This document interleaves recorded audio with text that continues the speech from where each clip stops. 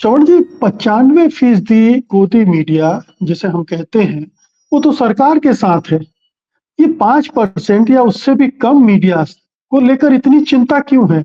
उसके खिलाफ इतने कड़े और इतने मतलब दुर्भावना से भरे कदम क्यों उठाए जा रहे हैं?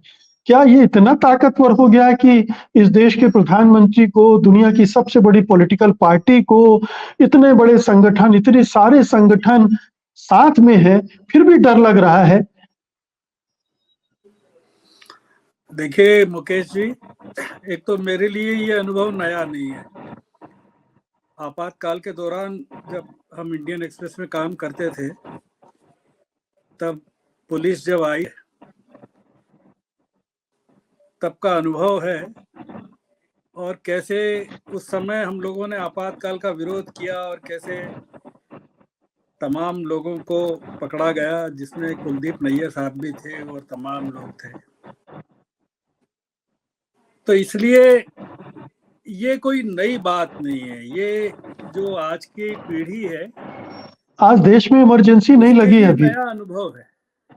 हाँ, अभी ने आपका सवाल ये था जो आपने थानवी जी से, कि मोदी जी क्या हासिल करना चाहते हैं, आपका ये मूल सवाल था। मोदी जी देश में तानाशाही हासिल करना चाहते हैं। वो सत्ता नहीं छोड़ना चाहते हैं। उनके लिए दांव पर अभिव्यक्ति की आजादी नहीं है। उनके लिए अभी तो सबसे पहले वो अपनी पार्टी में लोगों को इंटरनल डेमोक्रेसी देते बोलने की। पार्टी में जितने लोग बोलते थे, सबके मुंह चुप कर दिए गए, सबको सत्ता से बाहर कर दिया गया। तो इसलिए इसका उद्देश्य साफ है। जो आपने सवाल पूछा था थानवी जी से कि क्या क्योंकि मोदी जी के लिए जो चीज दांव पर है, वो आपके, हमारे, या जो कुछ पत्रकार हैं, न्यूज क्लिक के फाउंडर को जेल में डाल दिया गया है। वो पहले भी जेल में जा चुके हैं, शायद 1975 में जा चुके हैं।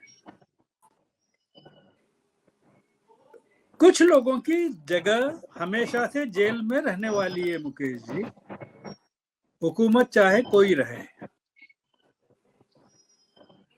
इसलिए इसका उद्देश्य बड़ा साफ है।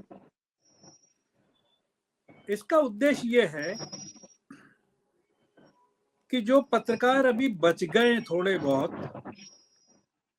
वो भी अपनी आवाज को थोड़ा सा ठीक कर लें। जो कुछ आप कुछ पूछ रहे हैं मुकेश जी? नहीं, आपको मेरे पास जी। कुछ जो मीडिया हाउसेस बच गए, वो भी कतार में आ जाएं।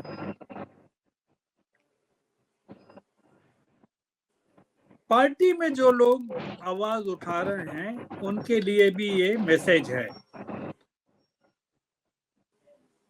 कि देश को किस तरफ जाना है। अभी दिल्ली में एक फंक्शन हुआ था जिसमें प्रधानमंत्री थे। जो नया बना है भवन, जिसमें G20 हुआ था, उसमें प्रधानमंत्री ने कहा था कि मैं अगले साल आके इसके बारे में रिपोर्ट लूंगा।